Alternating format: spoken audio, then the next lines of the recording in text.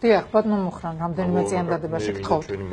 ჩვენ მოქალაქეებს აუცილებლად შევახსენო, აქ გაიჟღერა რომ თურმე ბელორუსია, სომხეთი ასე შემდეგ სხვა საქართველოს იმპერიის შემადგენელი კიდევ სხვა სახელმწიფოები, მათზე შეგვიძლია ერთი რამ ვთქვათ, რომ ისინი არიან რუსეთის იმპერიის სამხედრო პოლიტიკური მძევლები, რომელსაც ამ მძევლობასაც ისინი თავს დააღწევენ, რა თქმა უნდა, ჩვენთან ერთად ევროსტრუქტურებში ინტეგრაციის შემდგომ. ეხლა მეორე საქმის რაც შეეხება, ერთი რამე უნდა ვიცოდეთ, მეგობრებო, რომ საქართველოში გვყავს ორი სახის აგენტურა. ერთნი არიან მოხალისე აგენტები, მეორენი, ასე ვთქვათ, უნებლიე აგენტები, რომლებიც ვერაცნობიერებენ საკუთარი დანაშაულის სიმძიმეს ერის მიმართ. ეს მოხალისე აგენტები, სხვათა შორის, უბრალოდ მარკეტინგული თვალსაზრისით ცდილობენ, აი ამ ბატონების სახით, რომ რამენაირად კარგი დაფინანსება მოიპოვონ კრემლის კარზე და აგენტების ხარჯ ბიჭო და აგენტების ხარჯ დავასრულებთ უკვე გადაცემა.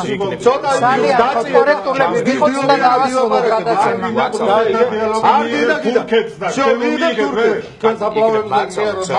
არა რა დიდგორის ის არა დიდგორობა რო აგიგზალა თურქებმა და ხმას რო არიღებ და პარლამენტში რო გააჭებთ ისთან უნდა დავდგე მართლა მოიყვანეთ აქ ნაციონალები წითელ ხიდთან გადაცემას ბოლო წუთები არის ვერ მოასწრეს გაქცევა რა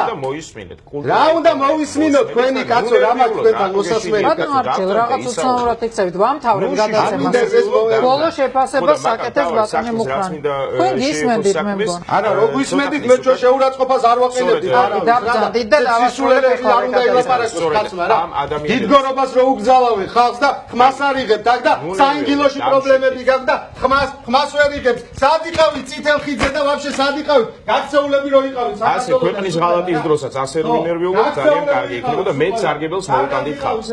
ეხლა მეორე მე აუცილებლად გადავაცილებ იმიტომ რომ ძალიან მნიშვნელოვანია ყველაზე მნიშვნელოვანი საკითხი თქვენგან ეს არ იქნება სერიოზული საქციელი მე მგონი მე გერმანიაში გავიზარდე თქვენ დევნით ავტომატურად კარგით ეს იყო გადაცემა პრიორიტეტი მე გახართ მაკარაძვაძე ხვალ გიორგი გასვიანი წაიყვანს გადაცემას მე გემშვიდობებით პარასკევამდე მადლობ